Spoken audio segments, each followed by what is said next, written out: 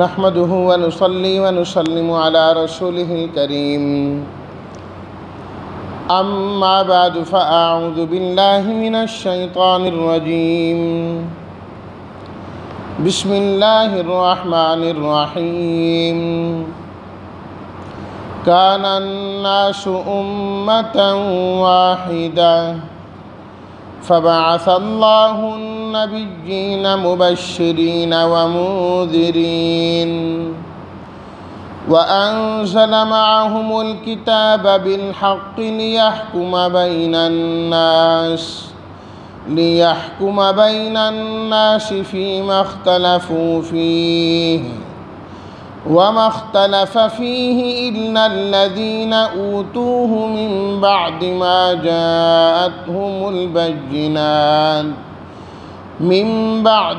جاءتهم البينات بغيا بينهم فهدى الله الذين آمنوا لما اختلفوا فيه من الحق بإذنه والله يهدي من يشاء إلى صراط مستقيم صدق الله مولانا العظيم اللهم صل على سيدنا ومولانا محمد وعلى آل سيدنا ومولانا محمد وبارك وسلم امة واحدہ امت کہا جاتا ہے جماعت کو، وہ لوگ جن کے درمیان کوئی ربط کرنے والی چیز قائم ہو، کسی وجہ سے جمع ہو، اس کو امت کہا جاتا ہے۔ بعثا بھیجا اللہ تعالیٰ نے، مبشرین بشارت سے خوشخبری سنانے والے، منذرین انذار سے خبردار کرنے والے، ڈرانے والے، بالحق حق یعنی سچ کے ساتھ، لیحکم فیصلہ کریں تاکہ اللہ تعالیٰ، بغیم بینہم، بغض کہتے ہیں ضد اور عداوت کو، بِإِذْنِهِ اپنے حکم سے، اذن اجازت سے، حکم سے۔ ترجمہ یہ ہوگا کان الناس امۃ واحدہ، تھے سارے لوگ ایک ہی جماعت، پس بھیجا اللہ تعالیٰ نے انبیاء کرام کو کہ وہ بشارت سنانے والے اور خبردار کرنے والے تھے، اور اتارا ان کے ساتھ اللہ تعالیٰ نے سچی کتاب کو تاکہ فیصلہ کریں لوگوں کے درمیان اس چیز میں جس میں وہ اختلاف کرتے ہیں، وَمَا اخْتَلَفَ فِيهِ إِلَّا الَّذِينَ أُوتُوهُ، اور نہ اختلاف کیا اس میں مگر ان لوگوں نے جن کو کتاب دی گئی، مِن بَعْدِ مَا جَاءَتْهُمُ الْبَيِّنَاتُ، اس کے بعد کہ ان کے پاس واضح دلیلیں آ گئیں، بغیم بینہم آپس کی ضد کی وجہ سے۔ پس اللہ تعالیٰ نے ہدایت دی ان لوگوں کو جو ایمان لائے اس چیز میں جس میں وہ اختلاف کرتے تھے، سچی بات سے، بِإِذْنِهِ اپنے حکم سے، اور اللہ ہدایت دیتے ہیں جس کو چاہتے ہیں سیدھے راستے کی طرف۔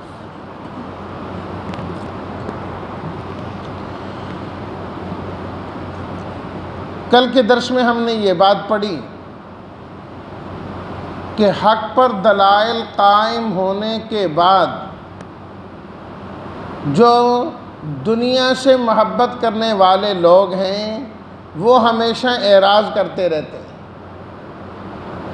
زُيِّنَ لِلَّذِينَ كَفَرُوا الْحَيَاةُ الدُّنْيَا، دنیا کی زندگی کافروں کے لیے مزین ہے، چاہے دنیا کا مال و متاع ہو یا دنیا کا جاہ و جلال ہو، دنیا کا بڑا مقام اور مرتبہ ہو، فرمایا ان کی آنکھوں میں یہی چیز جچی ہوئی ہے، اس کی وجہ سے وہ حق بات سے منحرف ہو جاتے ہیں، منہ موڑ لیتے ہیں۔ آج کی پڑھی گئی آیت میں اللہ تعالیٰ نے اسی چیز کی مزید تائید بیان فرمائی، فرمایا کہ کان الناس امتا واحدۃ، سارے کے سارے انسان ایک ہی جماعت تھے، سارے کے سارے ایمان والے تھے، ماننے والے تھے، کوئی بھی کافر نہیں تھا۔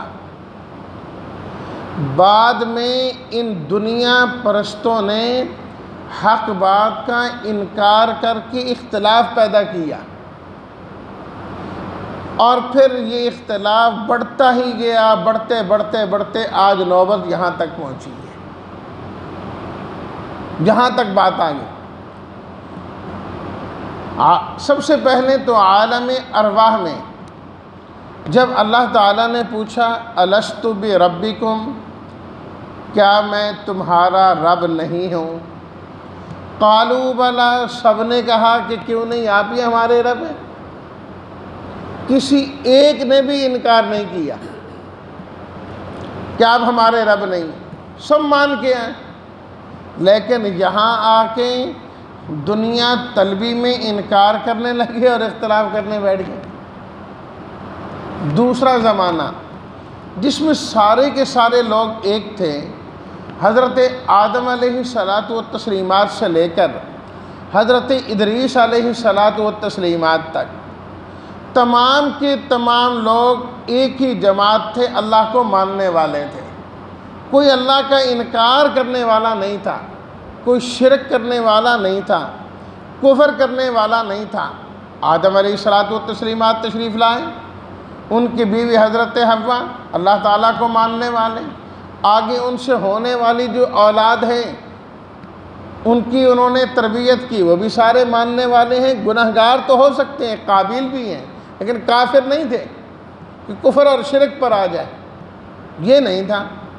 حضرت ادریس علیہ الصلاۃ والتسلیمات تک کئی صدیاں بنتی ہیں، یہ سارے کے سارے لوگ کان الناس امتا واحدہ، ایک ہی امت تھے یہ۔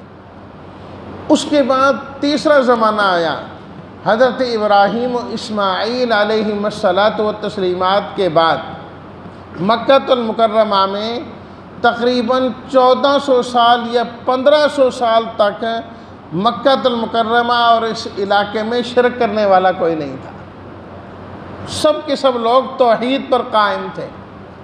روایات میں آتا ہے عامر ابن لحی پہلا وہ شخص ہے جو مکہ المکرمہ میں اور اس علاقے میں شرک کی بدبودار بدعقیدگی کو لے کر آیا۔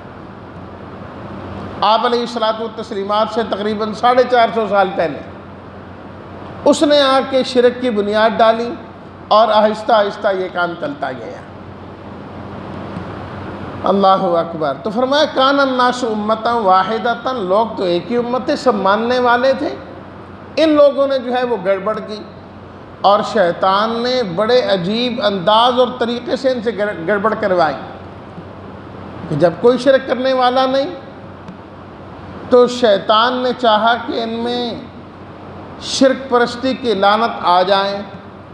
تو سب سے پہلے نوح علیہ الصلاۃ والتسلیمات اللہ کے وہ پیغمبر ہیں جو شرک کی تردید کے لیے تشریف لائے، اس سے پہلے شرک تھا ہی نہیں۔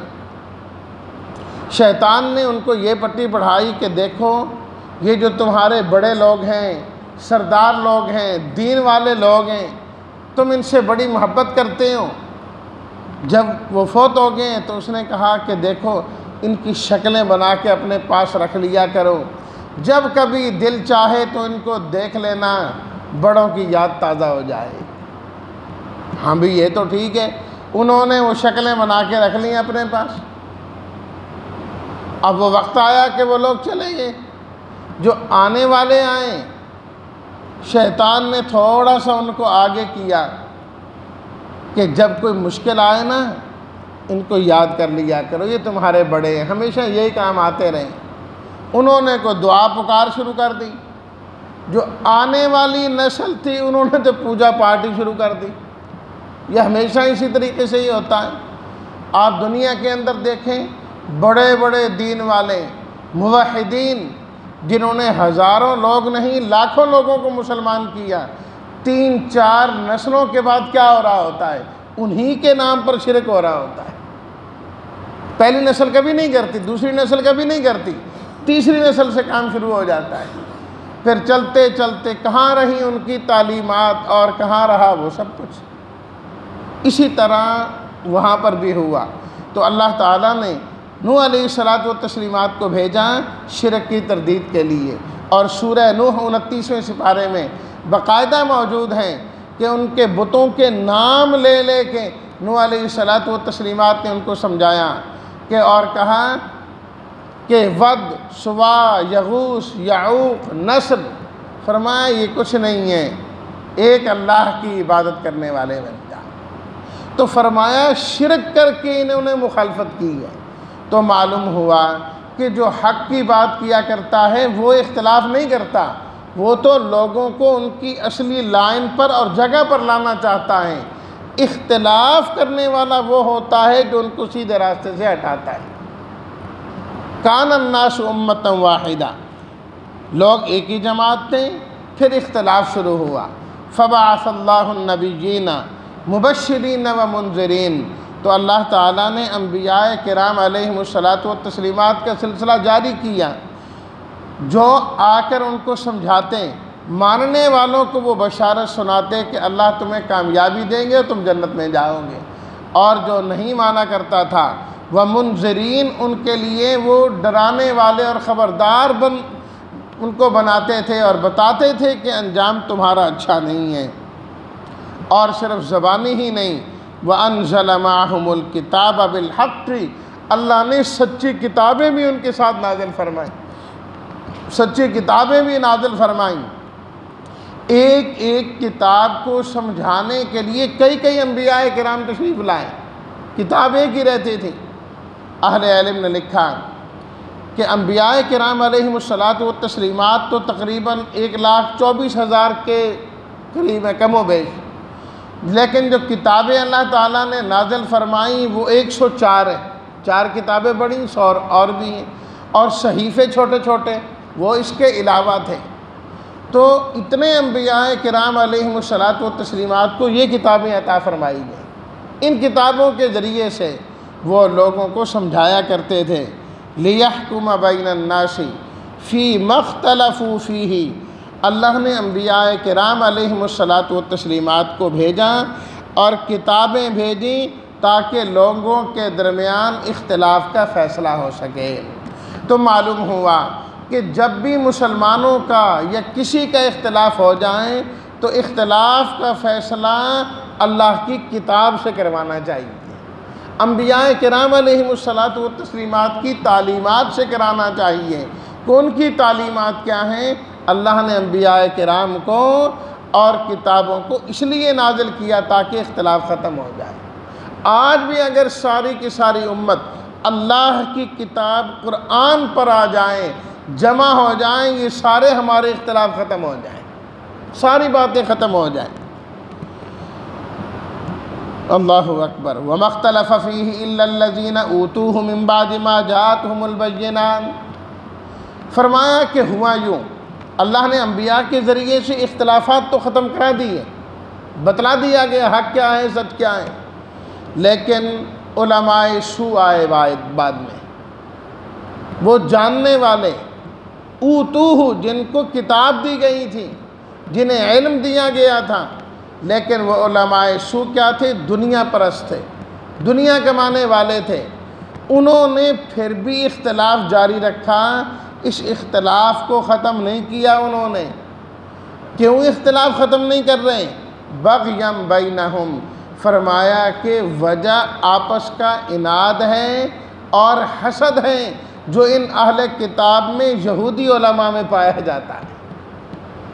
جس طرح کہ ہم پہلے بھی پڑھ چکے، اللہ تعالیٰ نے اہل کتاب کے بارے میں فرمایا یعرفونہ، یہ لوگ نبی کریم صلی اللہ علیہ وسلم کی نبوت کو 100% جانتے ہیں، 100% پہچانتے ہیں، لیکن مانتے کیوں نہیں؟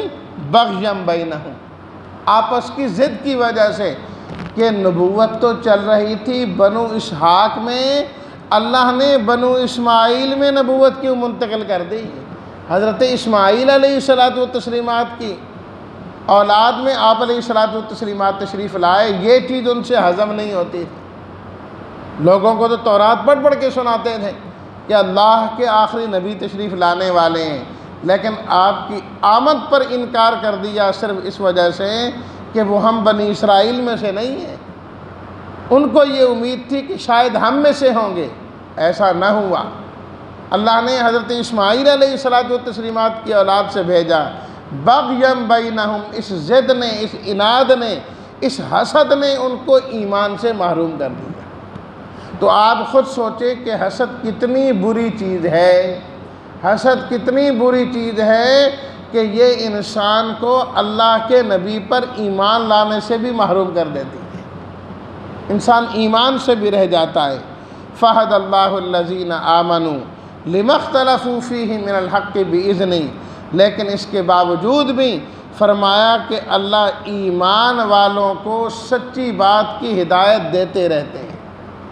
جو اختلاف ہوا اس اختلاف میں اللہ ایمان والوں کو سیدھا راستہ دکھاتے رہتے ہیں، کیونکہ ایمان والے اللہ سے سیدھا راستہ مانگتے رہتے ہیں کہ یا اللہ ہمیں سیدھے راستے پر چلانا، اہدنا الصراط المستقیم۔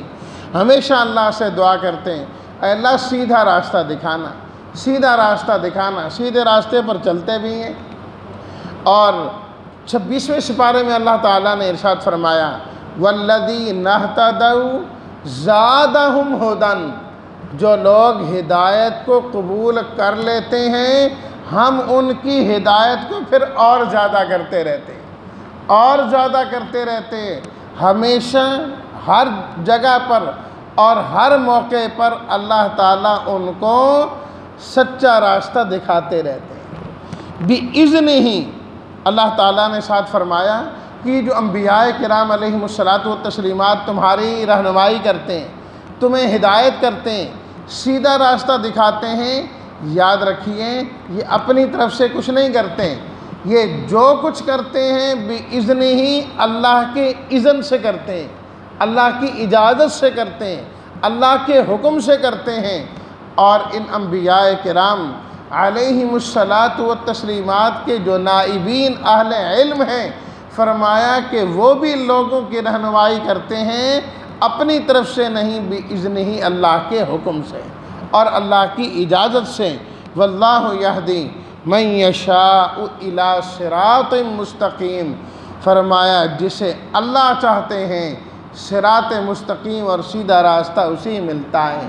اور اللہ نے خود بتا دیا کہ میں کس کو سیدھا راستہ دکھاتا ہوں، جو خود سیدھے راستے پر چلنا چاہتا ہے، جو خود چلنا چاہتا ہے اللہ اسے سیدھا راستہ ضرور عطا فرما دیتے۔ یہ نہیں کہ ایک انسان تو سیدھے راستے پر چلنا چاہے اور اللہ رکاوٹیں کھڑی کر دیں، یہ نہیں، امتحانات ہوں گے لیکن چلنے والے کو، انابت والے کو اللہ سیدھے راستے کی ہدایت ضرور عطا فرما کے دیتے ہیں۔ اللہ ہمیں صراط مستقیم کی ہدایت عطا فرمائیں اور ہمیشہ اللہ تعالی ہم سب کو حق کا ساتھ دینے کی توفیق عطا فرمائیں۔ وآخر دعوانا ان الحمد للہ رب العالمین۔